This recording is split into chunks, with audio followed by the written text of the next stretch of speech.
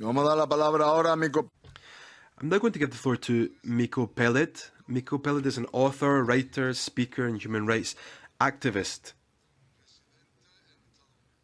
He lives in the United States, and he is considered to be one of the clearest voices in Palestine who calls for justice in Palestine. And calls for the creation of a single democracy with equal rights in all of historical Palestine. He has a number of online publications. He also has a blog and a podcast called Bringing Down the Walls and Overcoming the Israeli Apartheid in a state governed by the rule of law. Now he has a number of books where he discusses, son of an Israeli general, and if I'm not mistaken, son of one of the founders of the State of Israel, and a firm Zionist. And he talks about the history which led to the creation of the State of Israel is actually a lie. Thank you very much. You have the floor.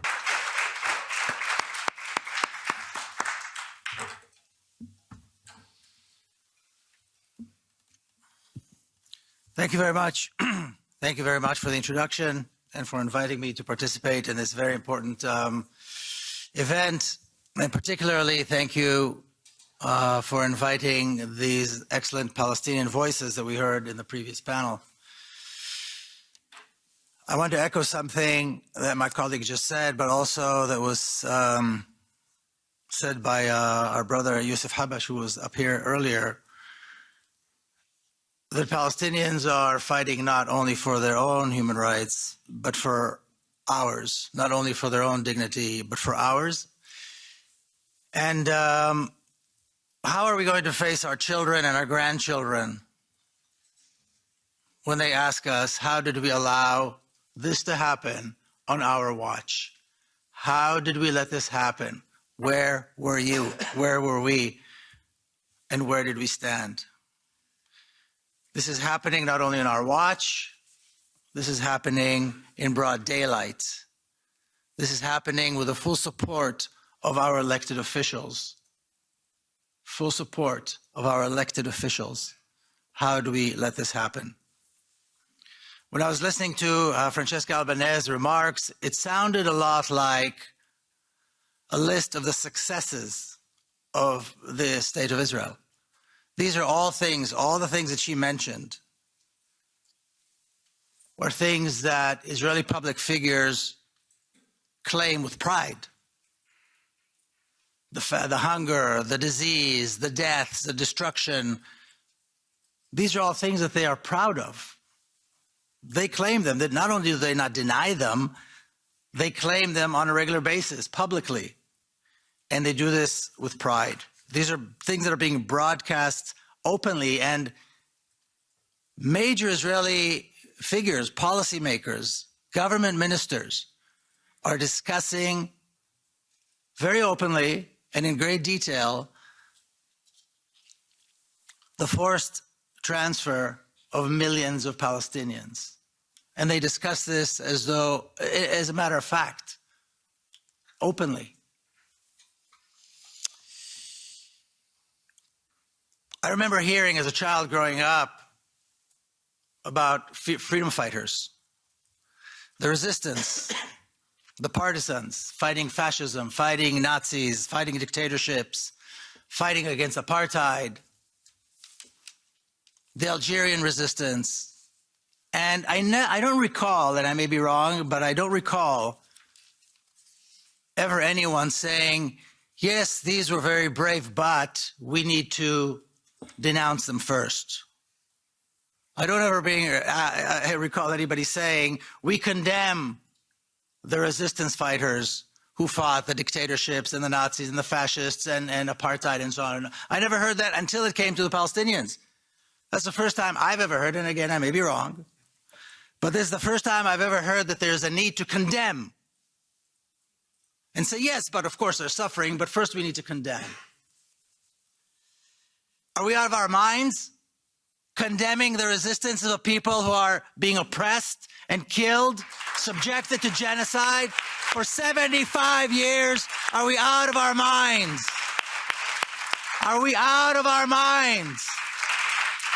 Are we outside of our minds when we let this ridiculous narrative take hold and spread and then participate in it, nodding our heads like sheep? Oh, and by the way, yes, there is a genocide going on and it's terrible. But first we have to condemn the Palestinians who dare to stand up. Palestinians who have shown an ability to sacrifice and amounts of courage that, as far as I can remember, are unprecedented, facing this horrific, horrific oppression.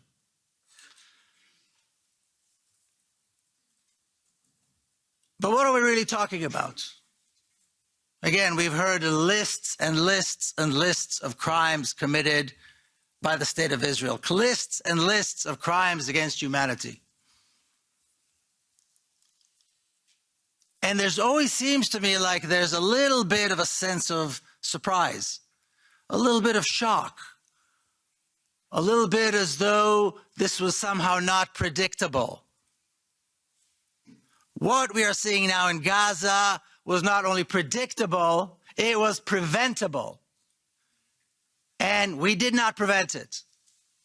The previous massacre in Gaza was predictable too, and that was not prevented.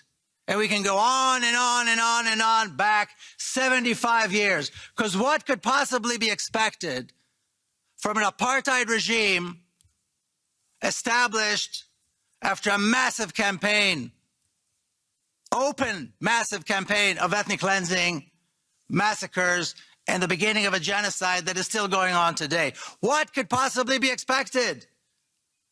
That was the founding moment of the state of Israel. Close to 1 million people forced out of their land. God knows how many were massacred. And that was the beginning. That was 1948. So now we're shocked. All these lists and lists and lists and lists, there's nothing new about them. Except this time the numbers are higher. This time the numbers are, even by Israeli standards, it is shocking. But this was predictable and this was preventable. And every time something happens, we rise, we protest, we demand, and we forget. Instead of standing there and demanding an end, an absolute end to the oppression and the killing of Palestinians, an end to it. Not a ceasefire to it, an end to it, a political solution that will guarantee the lives, the security, the safety of Palestinians. That has never been discussed. I don't recall it ever being discussed, that guarantees need to be put in place. Guarantees need to be put in place for the life and security and the safety of Palestinians, because Palestinians have been living in a state of terror for 75 years. Not just now, but for 75 years living in a state of terror, whether they're in the West Bank, whether they're in the Gaza Strip, whether they're citizens of the state of Israel or so-called citizens. They have been living in a state of terror, and they still do today. Granted, the level of terror has increased since October the 7th. Are we going to prevent the next death? Are we going to prevent the next assault, the next savagery by Israel that we know is going to come? We know it's coming. Of course, this chapter hasn't ended yet. Are we going to prevent it? Are we going to allow the Israeli flag to still fly in capitals in Europe? This flag that represents hate, murder, genocide. How long are we going to allow representatives, diplomatic representatives, economic representatives, cultural representatives, academics, and on and on and on of the apartheid state to sit among us like equals, because they too have a right? How long? Because as long as we allow them to sit here, they will continue to kill. They will continue the genocide. And by the way, of course, we're all very grateful to what South Africa has done. But what has it taken for the world to finally take Israel to court on the crime of genocide? It's taken 75 years plus close to 30,000 deaths that we know of now. 30,000 deaths. I've lived in cities that have less than 30,000 people in them. Wiped out, gone. Entire families, as we know, completely erased from the registry. And once again, I ask, what are we expecting? What did we expect? 3 years after the end of the genocide of Jews in Europe, 3 years after the end of the Holocaust, the world allowed the genocide of the Palestinian people to commence. In 1948, the world allowed an apartheid regime to take hold in Palestine. Not some remote place that maybe people didn't know about. In Palestine. What is it, 3 hours flight from here? The world allowed an apartheid regime to take hold. The world allowed a brutal campaign of ethnic cleansing, and the world allowed a genocide to commence. All three crimes against humanity to commence against the Palestinian people. What are we expecting? What are we expecting? As long as that regime is permitted to continue to exist, this will continue. If we do not put an end to it, we will see more Palestinians die, more Palestinians suffer, more Palestinians arrested and tortured. There's a tendency to focus on the West Bank and Gaza, maybe to mention Jerusalem from time to time. You know, Palestinians in Jerusalem right now, or Palestinians right now, are prohibited from entering the old city of Jerusalem, their own capital. Settlers who arrived yesterday as colonizers parade through the old city. Palestinians, some of whom have families that have resided in the old city for 800 years, 500 years, can lose their status like that and their property. I've been gone for over 25 years. I can go back tomorrow. I don't have that kind of history in Palestine. Settlers parading in Al-Aqsa while Palestinians have less and less and less rights to enter. Tens of thousands of home demolitions in the Naqab, where some 300,000 Palestinian Bedouin citizens of Israel reside, in some of the poorest conditions, while Israeli settlers enjoy in the Naqab some of the highest standards of living. And again, home demolitions, arrests of activists, this is nothing new. Armed militias terrorizing Palestinians in Lid, in Ramle, in Jaffa. Increased numbers of hate crimes in Haifa. By the way, all Palestinian cities occupied in 1948, where the Palestinian communities suffer enormous discrimination and again have been living under a reign of terror for over 75 years. Issa Amro, which I'm sure many of you know, human rights defender recognized by the EU. He was kidnapped and tortured on the 7th of October. Every morning I wake up wondering if his son Watan is an orphan. He now lives in hiding. He had to cover his windows with cement blocks. Where are we? Why are we not protecting him? Where are we? Why are we not making sure that his son will not be an orphan? Where are the guarantees to his life? A man who has dedicated his life not only to the freedom of his people and his community, but to unarmed resistance. Dedicated, almost religious dedication to unarmed resistance. Where are we?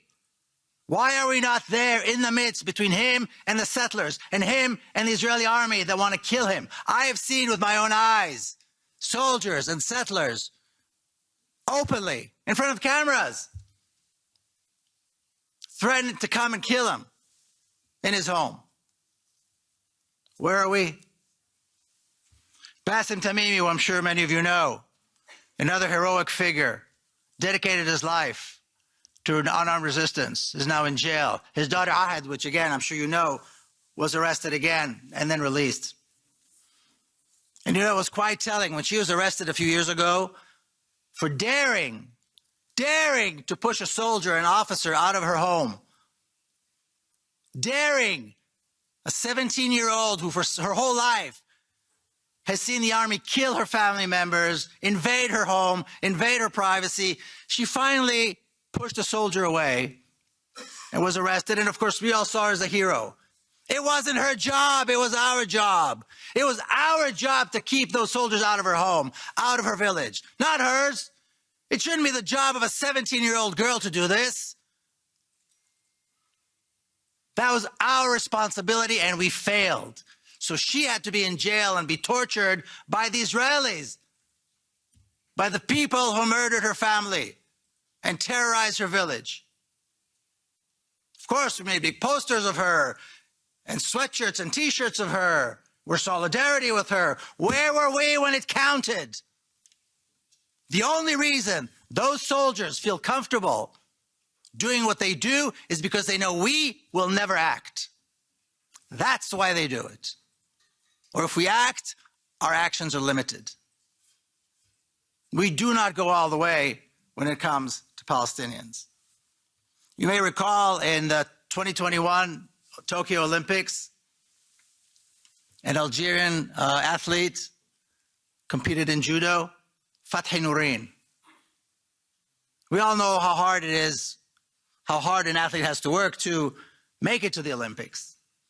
When he was called up to compete against a member of the Israeli team, he put his career on the line and said no. He was kicked out of the Olympics and prohibited from competing in judo by the Judo Federation for 10 years, which is an entire career. Of course, he was received in Algeria as a hero, but that was not his responsibility. It was ours. He should not have to risk his career for standing up. We need to demand the Olympic Committee never allow Israel to participate because it is an apartheid state. And by the way, that was after Amnesty came out with the apartheid report. Let's say before the apartheid report, people could say, well, we didn't know. Amnesty's apartheid report was already out. There is no justification for allowing Israel to participate in the Olympics or any other arena, by the way, athletic or otherwise. It's our responsibility and we're failing every day. It's our responsibility and we are failing every day. What are we going to tell our children and our grandchildren? Why didn't we try harder? Why is there this gap, this glass ceiling between voices of the people that we see in the streets, granted only when there's a catastrophe, but they're out in the streets, and the halls of power and the decision makers? Why is that message not getting through? And what do we need to do more to demand of our elected officials, because we all have elected officials, so they understand if they support Zionism, they lose their job? How dare they claim zero tolerance for Zionism, zero tolerance for racism, and then allow Israel to participate, and then support Israel and Zionism. Zero tolerance to racism means zero tolerance to Zionism. It is a racist ideology that produced an apartheid genocidal state.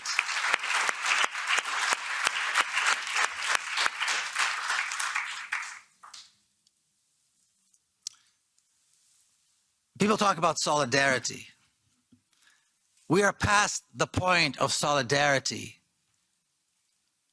We are past the point of solidarity. We need to be part of the Palestinian resistance. I'm not saying we need to all pick up arms. There are many, many forms of resistance. We must make sure that no Israeli Zionist presence is allowed in any public arena. Absolutely not allowed, not tolerated. That's it. There has been a genocide going on for 75 years, an apartheid regime going on for 75 years, an ethnic cleansing campaign going on for 75 years. It's up to us to stop it. Palestinians are doing everything they can and above and beyond. They've shown an ability, like I said, to sacrifice and to demonstrate courage that is above and beyond. It's our time. It's our job now. People like to fall back on this idea of a two-state solution. I don't want to be insensitive here to anyone, but two-state solution is something that people fall back on when they either don't want to tell the truth or they are not in possession of the information. And I'm saying that delicately.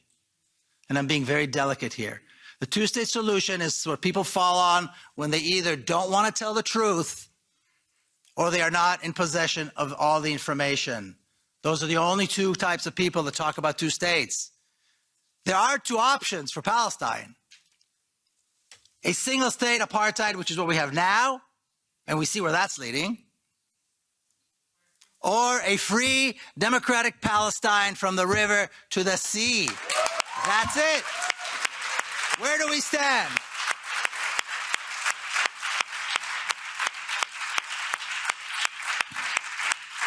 Where do we stand? Where do we stand? This is not a difficult question. Where do we stand? It's not a question of politics. It's not a question of religion. Where do our values lead us? You ask the question of yourself. Do we support racism, apartheid, and genocide? Then yes, support Israel, because that's the only Israel there is. Or do we believe in justice, in humanity, in democracy, in human rights, in which case we need to do everything we can to dismantle the apartheid state and allow for a free, democratic Palestine to take its place, and the sooner the better, because Palestinians are being killed. That's the only question we need to ask of ourselves, and then we need to demand this, not ask it, demand it of people in the halls of power, demand it of our elected officials. And if they choose to support Israel, they should lose their job. They will not get our vote. They should be shamed. Because supporting racism and violence, supporting apartheid and genocide is no longer acceptable. And they need to get it. And like I said, so far, they don't get it. You know, I'll say just a couple more things. My time's probably up soon. People always ask me these questions. Will Israelis agree? Who cares if Israelis agree? Nobody ever agrees. Fascists, racists, racist societies never agree. It's not up to them to agree. It's up to us to force them to agree. It's not about agreement. You know, I'm not one to promote the idea of military intervention, but why? Why is the U.S. Navy not blockading Israel? Why are they not supporting providing humanitarian in Gaza? Why are they not imposing a no-fly zone over Gaza? Why? There's no explanation. There's no reasonable explanation. Why is it that there is no demand for a no-fly zone over Gaza? Demand for immediate humanitarian aid, even if it means involving a military force. Enough is enough. Enough is enough. People also ask, what do Israelis think? Well, if you want to know what Israelis think, we have a 75-year history. They thought it was okay to do what was done in 1948. They thought it was okay to maintain this apartheid state and to maintain the ethnic cleansing and genocide for 75 years. They still think it's okay. Look at the makeup of the Israeli Knesset, look at the makeup of the Israeli government, and look at Israelis, how they behave now. We know what Israelis think. It's not a mystery. It's not up to them. And we know even Haaretz newspaper, which many people think is this wonderful liberal publication, they had a cartoon the other day showing an UNRWA, somebody with a UN uniform riding a motorcycle, and behind him there was a Hamas fighter. And the caption was, well, the poor guy needed a ride to go to Be'eri, which is one of the kibbutzim that was taken. In other words, they are saying that UNRWA is complicit in the attacks. Haaretz is saying this in a cartoon. You know, what can we expect from the rest of the state of Israel? I want to invite everybody here to stop talking about Israel and the occupied territories. There is no Israel and the occupied territories. There's one occupied Palestine. It's been subjected to genocide. It's been subjected to ethnic cleansing. It's been subjected to an apartheid regime. It's up to us to stop it. It's up to us to stop it. And for no other reason, so that we can face our children and our grandchildren and our Palestinian brothers and sisters and say, honestly, we are doing everything we can, because at this point we're not. Thank you very much.